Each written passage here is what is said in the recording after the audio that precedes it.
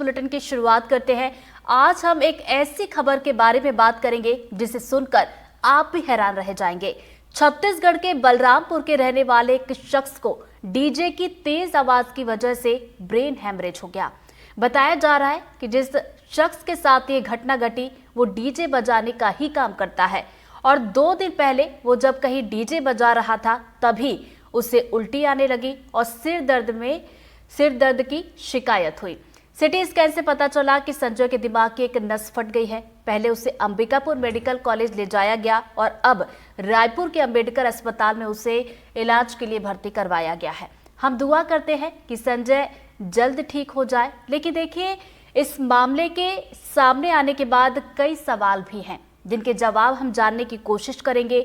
एक खास पैनल भी हमारे साथ जुड़ रहा है, तो चलिए चर्चा की शुरुआत हम करते हैं और आपको बता दें हमारे साथ कौन कौन मेहमान जुड़े। देखिए, हमारे साथ हमारे रिपोर्टर जुल्फिकार अली, हमारे संवाददाता हमारे साथ जुड़ेंगे, डॉक्टर राकेश गुप्ता जुड़ेंगे जो कि सामाजिक कार्यकर्ता है, डॉक्टर अविनाश जी हमारे साथ जुड़ेंगे जो कि कार्डियोलॉजिस्ट है मेदांता लखनऊ से। हम सभी मेहमानों का रुख करेंगे, लेकिन उसके पहले देखिए आपको कुछ ज़रूरी बातें भी बता दें, जैसे कि डीजे खतरनाक क्यों है, ये हम आपको ग्राफिक्स के जरिए बता रहे हैं कि डीजे की तेज़ आवाज़ की वजह से आखिर किस तरह की परेशानियां हो सकती है, क्या कुछ दिक्कतें हो सकती है। क्योंकि देखिए, डीजे की तेज़ आवाज़ से ब्लड प्रेशर बढ़ने लगता है। इसके अलावा खतरनाक इसलिए भी होता है चूंकि डीजे की धमक से दिल की धड़कनें भी तेज होने लगती है और डीजे की तेज आवाज जो है वो नुकसानदायक भी होती है। और देखिए, ज्यादातर ये भी देखा जाता है कि देर तक अगर डीजे के पास अगर आप रहते हैं तो ऐसे में ये भी आपके लिए हानिकारक होता है। तो डीजे की आवाज़ के लिए देखिए एक निश्चित मापदंड भी तय किया गया है कि इतना डीजे का आवाज़ होना चाहिए। लेकिन उसके बावजूद हम कई दफ़ा ये भी देखते हैं कि आज के समय में चूंकि डीजे का चलन इतना ज़्यादा बढ़ गया है कि लोग डीजे चलाते हैं, लेकिन ज़रूरत यहाँ पर यह है कि थोड़ा सा जागरूक हुआ जाए, थोड़ा सा सतर्क हुआ जाए कि आप डीजे का इस्तेमाल करें आप एंटरटेन के लिए, लेकिन थोड़े से सावधान और सतर्क रहें कि आपको कितना इस्तेमाल करना है और कितनी देर तक इस्तेमाल करना है।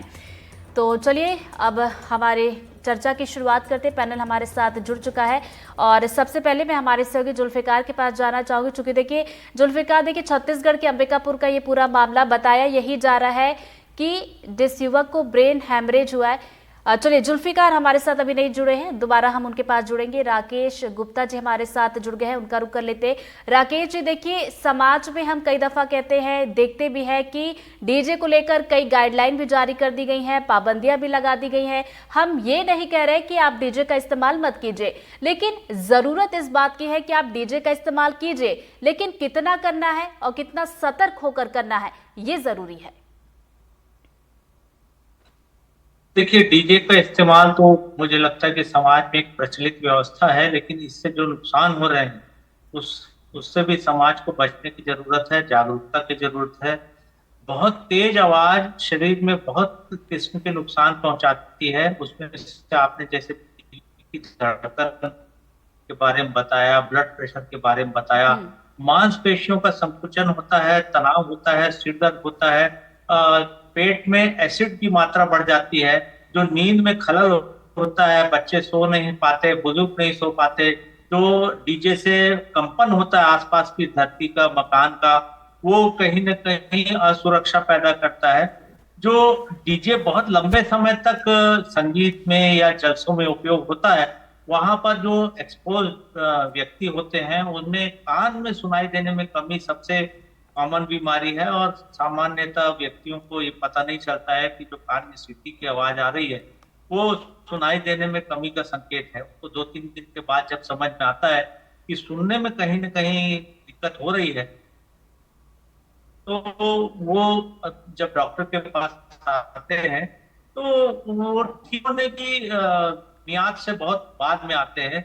जो तेज इलाज शुरू करने की जरूरत है, एक इमरजेंसी सिचुएशन होती है, कान में सुनाई देने में कमी होना, जो भर्ती करके मरीज को इंजेक्शन लगाने होते हैं, ऑक्सीजन का प्रवाह बढ़ाना पड़ता है, वो नहीं हो पाता और मरीज अपने कहा रहता है। जो सामाजिक दिक्कतें आ रही हैं डीजे के कारण, वो मुझे लगता है कि उसमें सामाजिक जागरूकता तो जरूरी है। प्रशासन को अपने कर्तव्यों का पालन करने की जरूरत है। डीजे आपस में सामाजिक उन्माद का कारण बन रहा है। आपने बताया कि अंबिकापुर में एक शख्स की जो ब्लड प्रेशर नहीं था दिमाग की नस फट गई, रायपुर में इलाज चल रहा है। भिलाई में 3 लोगों की हत्या हो गई डीजे बजने के विवाद के कारण। जो बहुत भीड़ होती है वो उन्माद का शिकार हो जाती है, और आपस में लड़ाई झगड़े जो डीजे के जलसे होते हैं उसमें होते हैं। मुझे लगता है कि जो समाज में बहुत से व्यक्ति हैं जो डीजे बजने के आसपास रहते हैं, उनको दिक्कतें होती हैं, उनका रहना दूभर हो जाता है। और जो थोड़े से लोग उत्सव मनाने में व्यस्त होते हैं, उनके कारण दिक्कत होती है। देखिए, हम्म। सबसे महत्वपूर्ण बात यह है कि भक्ति, श्रद्धा और धर्म का किसी की असुविधा से कोई स्थान नहीं है। जो लोग असुविधा पैदा करते हैं अपनी भक्ति और श्रद्धा के कारण, बुजुर्गों और बच्चों में, लोगों में सुनाई देने में कमी हो जाती है। जो और दूसरी शारीरिक दिक्कतें आती हैं वो परमानेंट भी हो सकती हैं। तो जैसे ब्रेन हेमरेज हो गया, तो हमको जागरूकता की जरूरत तो है, लेकिन जो कानूनी गाइडलाइन है उसका पालन करने की जरूरत है, और बिल्कुल प्रशासन राकेश को जी, इस पर सही कहा कर्तव्य आपने। जो निभाने की गाइडलाइन है उसका जरूरत है। पालन करने की ज़रूरत है, जागरूकता की भी ज़रूरत है। इस पर मैं दोबारा आपके पास आऊंगी तो इस पर हम और भी बातचीत करेंगे। डॉक्टर अविनाश जी का रुख कर लेते हैं। अविनाश जी, देखिए, जब भी डीजे बजता है तो हम बुजुर्गों की अगर बात की जाए, जो सीनियर सिटीजन है, ब्लड प्रेशर बढ़ जाता है, दिल की धड़कनें भी तेज हो जाती है। कितना ये खतरनाक साबित हो सकता है, किन बातों का ध्यान यहाँ पर रखना चाहिए? जी, ये बहुत ही इम्पोर्टेंट इशू है। और मोस्टली हम लोग इस चीज़ का बहुत ध्यान नहीं रखते हैं। आप देखेंगे जो गाइडलाइंस हैं उसमें जो हम लोग के जो कंफर्ट का लेवल है, हम लोग बोलते हैं अप टू 50 डेसिबल तक हम जो हम साउंड सुनते हैं उससे हमें बहुत कोई नुकसान नहीं होता है। हम्म। जैसे जैसे 10 यूनिट्स का इसमें इंक्रीमेंट होता है वैसे वैसे डिस्कम्फर्ट का लेवल जो है हमारा बढ़ता जाता है। हम्म। 80 के ऊपर जितने भी मतलब साउंड्स हम सुनते हैं, बहुत सारे पेशेंट जो सच में दिल के मरीज होते हैं या जिनका ब्लड प्रेशर बढ़ा होता है, वो बिल्कुल एबनॉर्मल रिस्पॉन्स उनकी बॉडी में स्टार्ट हो जाता है। बेसिकली एक तरह का ये स्ट्रेस है, और स्ट्रेस इंड्यूस्ड जो एक्टिविटीज़ होती हैं मोस्टली उसमें ब्लड प्रेशर का बढ़ जाना, दिल की हम्म। धड़कन का बहुत तेज हो जाना। कई कई बार तो ऐसा भी होता है कि उनको बहुत सारे एरिथमियाज डेवलप हो जाते हैं। तो जो पेशेंट हैं जिनको हार्ट की प्रॉब्लम है, जिनको ब्रेन की पहले से प्रॉब्लम है या ब्लड प्रेशर की दवा खाते हैं, उनके लिए तो ये बहुत ही घातक सिद्ध हो जाता है कई बार। हम्म। बट नॉर्मल पब्लिक है, उनके लिए भी अगर 80 डेसिबल से ज़्यादा के साउंड्स अगर वो सुनते हैं तो बहुत बार ऐसा होता है कि उनकी जो दिल की धड़कन है, ब्लड प्रेशर है, वो सब बढ़ना स्टार्ट हो जाते हैं। उस हम्म। समय हार्ट की जो नसें होती हैं हमारी या फिर ब्रेन की जो आर्टरीज होती हैं, उन सब में प्रॉब्लम स्टार्ट हो सकती है। हम्म। स्ट्रेस इंड्यूस्ड जो भी ये डैमेजेस होते हैं हमारी हार्ट की या ब्रेन की इनर लाइनिंग्स में, वहाँ पे बहुत सारी प्रॉब्लम स्टार्ट हो जाती है। कई बार वहाँ क्लॉट बनने लगता है, कई बार ब्लड प्रेशर बढ़ने की वजह से जो आर्टरीज होती हैं उन वो प्रेशर को बिल्कुल सस्टेन नहीं कर पाती हैं, वो फट भी जाती है, तो उसकी वजह से हेमरेज भी हो जाता है। हम्म। तो ये ऐसे देखने में लगता है कि बहुत छोटी सी बात है, लेकिन ये बहुत ही इम्पोर्टेंट और बहुत ही इम्पोर्टेंट इशू है जो आपने रेज किया है। हम्म। साउंड्स का जो हम लोग की जो गाइडलाइंस है उसमें 60 डेसिबल के नीचे ही साउंड रखने की जो गाइडलाइन है वो हम लोग को फॉलो करना चाहिए। कई हम्म। लोग बहुत बार अपने लिए ये सारी एक्टिविटीज करते हैं बट दूसरों को बहुत ही परेशानी में डाल देते हैं। अब बहुत सारे जो एल्डरलीज हैं, छोटे बच्चे हैं, हम्म। इवन एनिमल्स, ये बहुत सफर करते हैं इस तरह के साउंड वेव्स हम्म। से। इस तरह की साउंड वेव्स हमेशा आपकी बॉडी में एक स्ट्रेस का जो इन्वायरमेंट क्रिएट करती है, उससे आपको किसी तरह के बड़े हार्ट अटैक, ब्रेन अटैक, इस जी। तरह की चीज को हो सकती है। तो इसको रोकने के लिए हम लोग को एक तो सबसे पहले खुद ही रिस्पॉन्सिबल होना होगा। हमें हम्म। समझना होगा कि हम जो ये साउंड्स, जो इस तरह की चीजें एक्टिविटीज करते हैं उससे बाकी लोग को भी नुकसान होता है। हम्म। इंजॉयमेंट, इंटरटेनमेंट बहुत अच्छी चीज़ है, बट इसका मतलब इस कॉस्ट पे नहीं होना चाहिए कि दूसरों को नुकसान हो। तो इन सब चीज़ों का ध्यान रखना बहुत ज़रूरी है, क्योंकि इस तरह की प्रॉब्लम आजकल हम लोग देखते हैं, एक दो पेशेंट हम लोग को मिल जाते हैं हर मंथ इस तरह की प्रॉब्लम से, हम्म। जो स्ट्रेस इंड्यूस्ड एक्टिविटीज़ की वजह से उनको हार्ट की प्रॉब्लम या फिर ब्रेन का इस तरह का जो हेमरेज हुआ, इस तरह की जो है घटनाएं हम लोग को ओपीडी में देखने के लिए मिल जाती है। इमरजेंसीज में बहुत सारे पेशेंट इस तरह के मिल जाते हैं, अगर आप मंथ वाइज डेटा देखेंगे तो।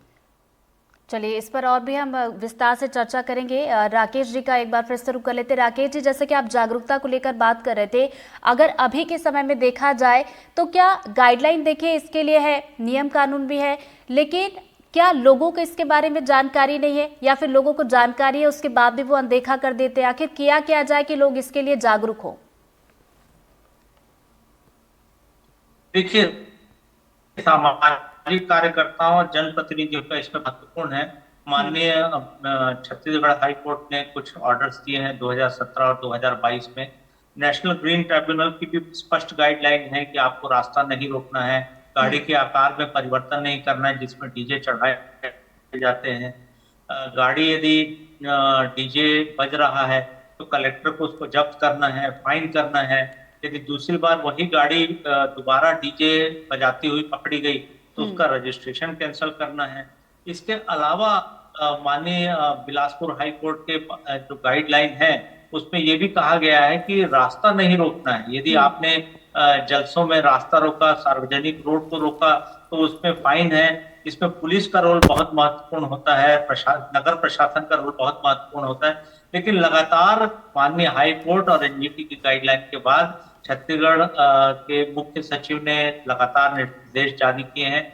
ये कहीं कहीं कार्रवाई होती है लेकिन बहुतायत स्थानों पर पुलिस इसकी अनदेखी करती है। लेकिन पिछले दिनों ऐसा हुआ है कि जब पुलिस कार्रवाई नहीं कर पाई तो संबंधित समितियों को नोटिस गया और इसके बारे में ये बात कही गई कि वो जो कर्ता है उनको कोर्ट के माध्यम से फाइन किया जाए।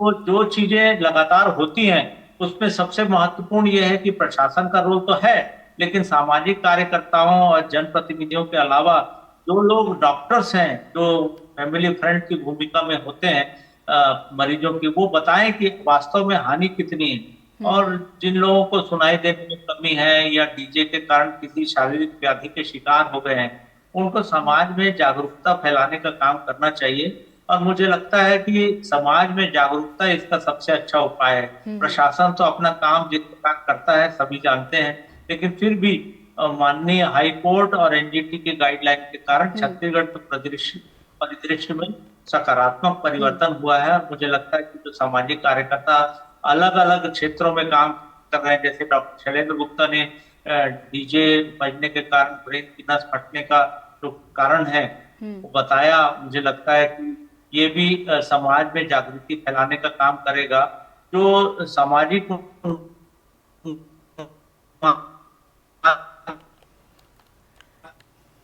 के कारण उत्सव के कारण 3 लोगों की जान गई। ये काम बहुत अनुशासित ढंग से करना चाहिए था, जिसमें अनुशासन की कमी रही, आपस में संघर्ष हुआ और 3 भाइयों की हत्या हो गई। ये सारी चीजें ऐसी हैं, हमें लगता है कि धीरे धीरे समाज में प्रवृत्ति का परिवर्तन होगा और प्रशासन जो है सामाजिक कार्यकर्ताओं के सहयोगी के रूप में बिल्कुल यहाँ पर जरूरी ये भी होता है कि सामाजिक कार्यकर्ताओं को यहाँ पर सहयोग मिले, तो जाहिर सी बात है इसमें काफी मदद भी मिलती है। राकेश जी आप बने रहिए हमारे साथ, हमारे सहयोगी जुल्फिकार भी हमारे साथ जुड़ गए, उनका भी रुख कर लेते हैं। जुल्फिकार देखिए, समाज के लिहाज से हम राकेश जी से इस पूरे मामले को समझ रहे थे, डॉक्टर साहब भी हमें बता रहे थे कि जिनका बीपी ज्यादा होता है उनको किस तरीके से ध्यान रखना चाहिए, कितना खतरनाक ये हो सकता है। आपसे मैं ये जानना चाहूंगी, अगर इस पूरे मामले की बात की जाए तो आप जरा विस्तार से बताइए। उसके बाद कुछ और सवाल भी है मेरे मन में, डॉक्टर साहब से वो सवाल भी मैं करूंगी। जुल्फिकार पहले पूरे मामला बताइए। पूरा मामले की अगर बात की जाए तो जिस तरीके से छत्तीसगढ़ में बीते दिनों जो डीजे साउंड है उसकी वजह से जो घटनाक्रम हुआ है उसको लेकर एक बार फिर बहस शुरू हुई है।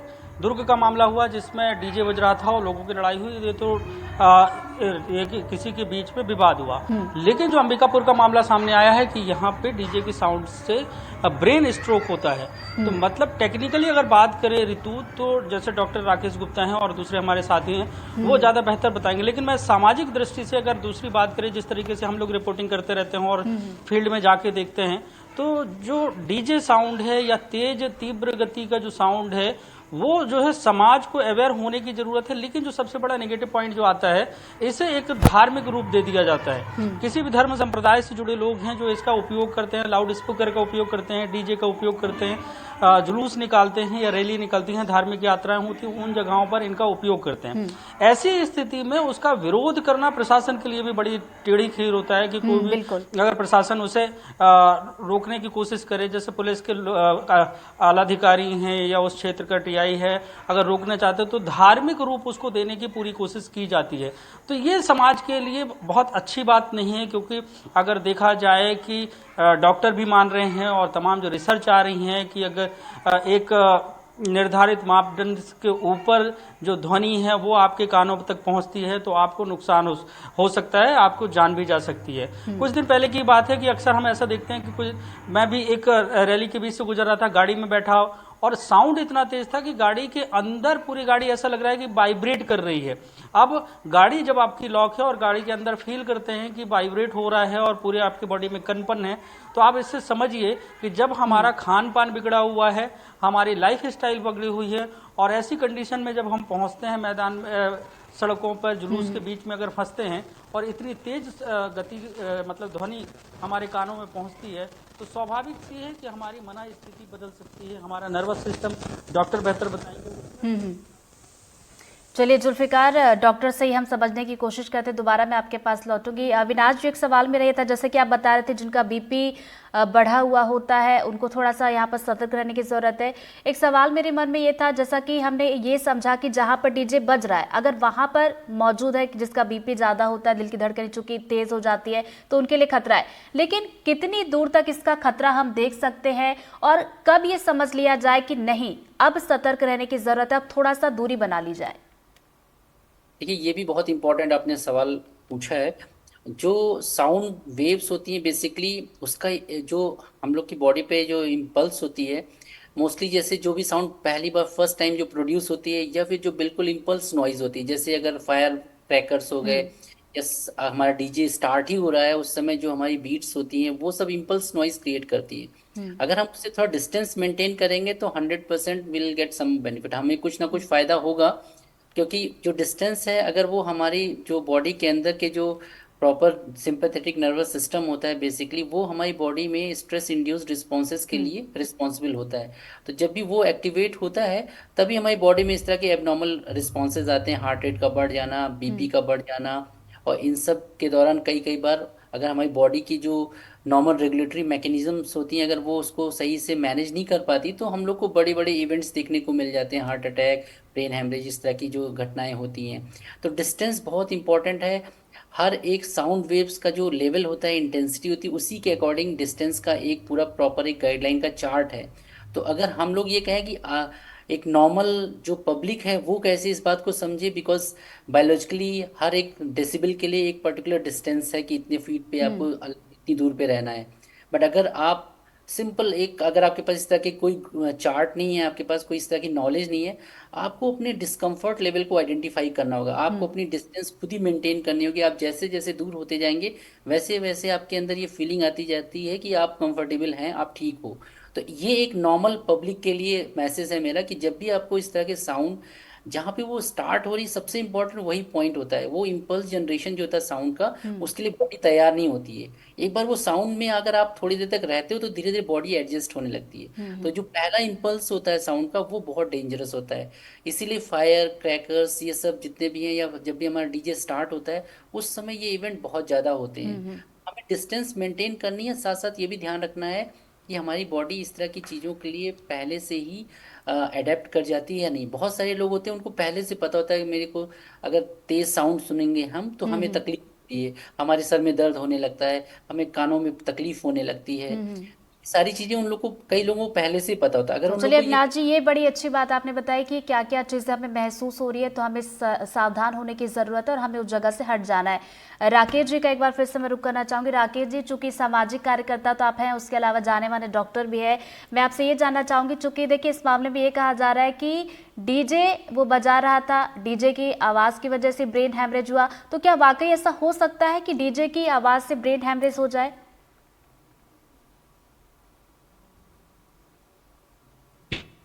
राकेश जी।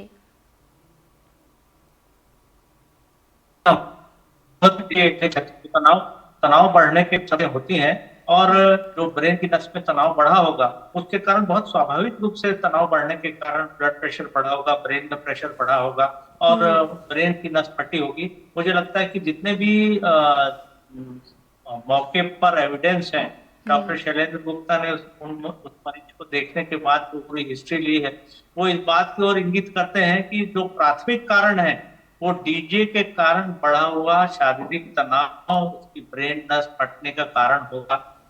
इसके पहले उस मरीज को किसी प्रकार की कोई बीमारी नहीं थी, ना वो कोई दवाई ले रहा था। पूरी हिस्ट्री ली गई है और ये मुझे लगता है कि जो वरिष्ठ कान नाक गला विशेषज्ञ हैं डॉक्टर शैलेंद्र गुप्ता अंबिकापुर के, वो और भी दूसरी सामाजिक गतिविधियों में लगे रहते हैं।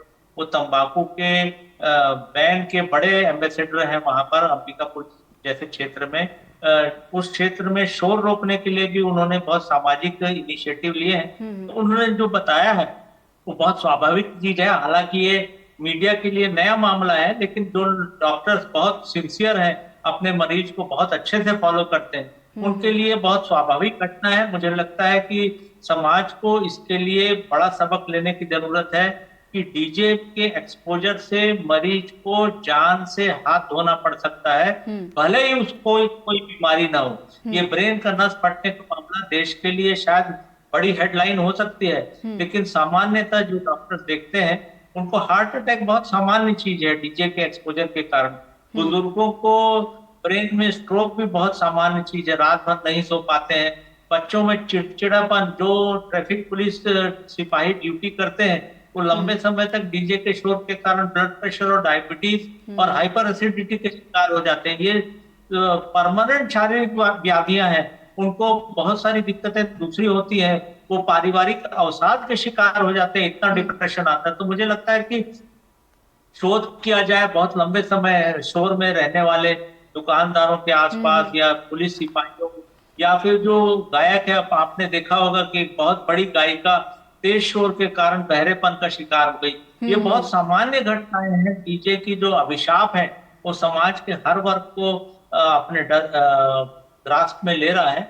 मुझे लगता है कि इसके लिए सामाजिक जागरूकता का बहुत बड़ा अभियान चलाने की जरूरत है और प्रशासन को अपनी नैतिक जिम्मेदारी निभाने की जरूरत है। बिल्कुल, ये दोनों ही चीजें जरूरी हैं। राकेश जी, जुल्फिकार का एक बार फिर से रुख कर लेते हैं। जुल्फिकार, देखिए आज के समय में देखा जाए तो ये डीजे इंडस्ट्री बहुत ज्यादा बड़ी है। शादी की बात हो, सगाई की बात हो, बच्चे के जन्म की बात हो, और अभी के समय में चाहे छोटे छोटे कोई भी धार्मिक आयोजन हो, हम देखते हैं कि डीजे बजाए ही जाते हैं। लेकिन अब सवाल ये खड़ा होता है, चूंकि आप ग्राउंड पे भी रहते हैं, जब ऐसे धार्मिक आयोजनों में आप पहुंचते हैं तो क्या वाकई लोगों को गाइडलाइन के बारे में जानकारी होती है, या आपको ये समझ में आता है कि लोगों को जानकारी तो है लेकिन वो अनदेखा करते हैं?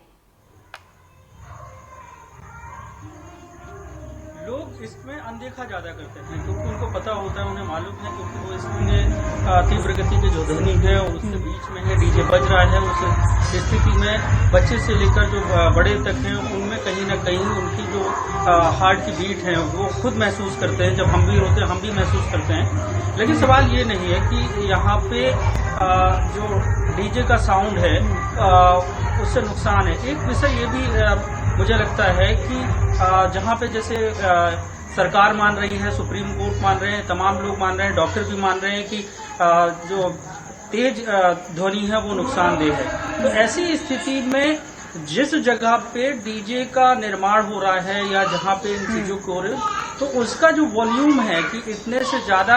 जुल्फी, यहाँ पे रोकना चाहूंगी। एक चीज मैंने गौर की, मैं आपको तो सुन रही हूँ लेकिन आपके साथ साथ मुझे डीजे की आवाज भी सुनाई दे रही है। और जैसा कि आप जिक्र भी कर रहे थे कि लोग अनदेखा करते हैं, और इस समझ में भी आ रहा है कि वाकई लोग अनदेखा करते हैं, क्योंकि जिस तरीके से साउंड की जो आवाज है वो बहुत ज्यादा सुनाई दे रही है। आपकी आवाज दब जा रही है लेकिन डीजे की आवाज मुझे ज्यादा सुनाई दे रही है।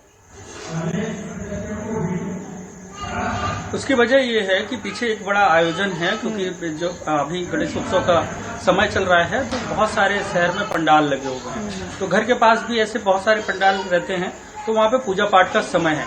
बात यही है जो अभी चर्चा कर रहे थे कि लोग उसे धार्मिक रूप दे देते हैं। हालांकि सामाजिक तौर से उसे धार्मिक रूप देने की आवश्यकता नहीं है, लेकिन उसके साउंड को कंट्रोल किया जा सकता है। जैसा कि हमारे साथ में डॉक्टर राकेश गुप्ता जी हैं और दूसरे डॉक्टर हैं, तो वो बता रहे हैं। तो यहाँ पे जो मैं बात कर रहा था कि यहाँ पे प्रशासन को ऐसी जगह से ही उस पर प्रतिबंध लगा देना चाहिए जहाँ पे डीजे का निर्माण हो रहा है, तो उसके जो वॉल्यूम है उसको रिस्ट्रिक्ट किया जा सकता है। जैसा कि मैं एक ट्रेवल की गाड़ी से यात्रा कर रहा था, उस गाड़ी की स्पीड 200 किलोमीटर प्रति घंटा थी, लेकिन वो 80 किलोमीटर से ऊपर वो उसको चला नहीं पा रहा था। तो मैंने उससे पूछा कि इसमें ऐसा क्या है, तो बोलता है कि स्पीड गवर्नर इस पे लगा हुआ है। अच्छा। क्योंकि हम ट्रेवल वाले हैं और हमें 80 से ऊपर गाड़ी को चलाना नहीं है। तो ऐसी स्थिति में निर्माण, ठीक है, डीजे का निर्माण हो रहा है तो उसमें टेक्नोलॉजी इतनी आगे बढ़ चुकी है कि उनको बताया जाए कि इतने वॉल्यूम से ऊपर अगर जाता है तो उसको आप बजा नहीं सकते। तो ऐसी स्थिति में उसको रोका जा सकता है कि आप उपयोग के लिए, शादी के लिए, आप किसी कार्यक्रम के लिए लेके जा रहे हैं तो ये इसका वॉल्यूम है, इससे ऊपर जाना नहीं है, तो उसको वहां पे ही रोका जा सकता है। मुझे ऐसा लगता है, हो सकता है कि बहुत सारे एक्सपर्ट अपनी अपनी अलग अलग राय रखें। जी चलिए दोबारा आपके पास लौटेंगे। अविनाश जी का मैं रुख करना चाहूंगी। अविनाश जी, जैसा कि हम बड़े लोगों को लेकर बातचीत कर रहे थे जिनको बीपी की दिक्कत होती है, कम या ज़्यादा होता है, उनको ज़्यादा खतरा होता है, लेकिन अगर हम युवाओं की बात करें, बच्चों की बात करें, तो उस लिहाज से मैं समझना चाहूंगी कि उनके लिए कितना खतरा और उनके लिए किस तरीके की सावधानियां हमें बरतनी चाहिए। देखिए, उनके लिए भी खतरा वैसा ही रहता है। ये बॉडी के रिस्पॉन्स होते हैं। बहुत सारे पेशेंट और बहुत सारे नॉर्मल लोग होते हैं, उनका जो रिस्पॉन्स होता है वो बिल्कुल डिफरेंट होता है। जो नॉर्मल पब्लिक होती है, जिन लोग को बीमारियां नहीं होती हैं, उन सबको भी इस तरह की प्रॉब्लम से मतलब इसको दो चार होना पड़ सकता है ऐसे लोगों को, क्योंकि उनके जो बॉडी का रिस्पॉन्स होता है वो बहुत इंपॉर्टेंट होता है। वो रिस्पॉन्स जो हमारी बॉडी में, जब भी हमारी बॉडी में स्ट्रेस पैदा होता है, वो रिस्पॉन्स कभी भी बहुत ही डिट्रीमेंटल इफेक्ट आपकी बॉडी में प्रोड्यूस कर सकता है। तो यंग लोग हैं, बच्चे हैं, इन सब में भी इसी तरह के सिस्टम होते हैं। जिनको बीमारियां रहती हैं उनमें तो ये बहुत ज़्यादा प्रॉब्लम हो जाती है, बट जो यंग, जिन लोगों में बीमारियां नहीं होती, उनके भी बॉडी में जो सिस्टम होता है, जो हमारे स्ट्रेस से लड़ने की जो जो बॉडी के अंदर जो एक मैकेनिज्म होती है डिफेंस वाली, वो सारी मैकेनिज्म कभी कभी बहुत ही अनरेगुलेटेड होती हैं और उसकी वजह से दिल की धड़कन बढ़ जाना, बीपी का बढ़ जाना, ये सारी चीज़ें हो जाती हैं। तो रिस्पॉन्स वैसा ही रहता है, बिल्कुल स्ट्रेस इंड्यूस्ड जो एक्टिविटीज़ होती हैं वो बॉडी को बहुत कई बार नुकसान पहुंचा देती हैं, और हम लोग इस तरह के जो इवेंट्स हैं जो अभी आज हम लोग डिस्कस करें, उस तरह के इवेंट्स देखने को मिल जाते हैं बच्चों में। और जो यंग लोग हैं उनमें स्ट्रेस एक और तरीके से भी बढ़ता है, नींद डिस्टर्ब हो जाती है उनकी। जब उनकी नींद अविनाश जी, यहाँ पे एक सवाल मेरे मन में आया था, मैं पूछ लेती, नहीं तो फिर मैं बाद में भूल जाऊंगी। सवाल ये था, जैसा कि हम बच्चों और युवाओं को लेकर जिक्र कर रहे थे, आज का जो समय हम देखते हैं कि जो इवेंट्स होते हैं, डीजे बजते हैं और यूथ उसमें बड़ी संख्या में पहुंचते हैं, तो कितनी देर तक रुकना सही है और कितने देर के बाद हमें वहां से मतलब समझ लेना चाहिए कि नहीं, अब ज्यादा देरी हो रही है, अब अगर रुकेंगे तो हमें नुकसान हो सकता है। देखिए, जो लेवल है, जो साउंड लेवल है हम लोग का, वो जितनी देर के लिए हम ये बात कर रहे हैं कि कितनी देर के लिए रुकना चाहिए, ये इस तरह की कोई एब्सोल्यूट जो है हमारा ड्यूरेशन तो नहीं है जो डिफाइन, इस तरह की कोई भी एब्सोल्यूट लेवल डिफाइन नहीं कि आप इतनी देर तक रुकेंगे तो आपको नुकसान नहीं होगा। एक पर्टिकुलर साउंड की इंटेंसिटी होती है जो आपको नुकसान पहुंचाती है। सबसे इंपॉर्टेंट है इम्पल्स साउंड। इम्पल्स जनरेशन जो होता है वो हमेशा जो साउंड जो आप पहली बार उससे जो है आपका इनकाउंटर हो रहा है, उस तरह के साउंड आपको नुकसान सबसे ज्यादा पहुंचाते हैं। चलिए अविनाश जी, समय हमारे पास खत्म हो गया है, लेकिन अभी जो हमने इतनी देर चर्चा की उसमें बहुत सारी चीजें राकेश जी ने भी बताई, आपने भी बताई कि किस तरीके से डॉक्टर के लिहाज पर राकेश जी ने बताया कि समाज में किन चीजों की जरूरत है। वही हमारे से जुल्फिकार जुड़े थे, उन्होंने इस पूरे मामले को भी बताया। बहुत बहुत शुक्रिया आप सभी का हमारे साथ इस चर्चा में जुड़ने के लिए।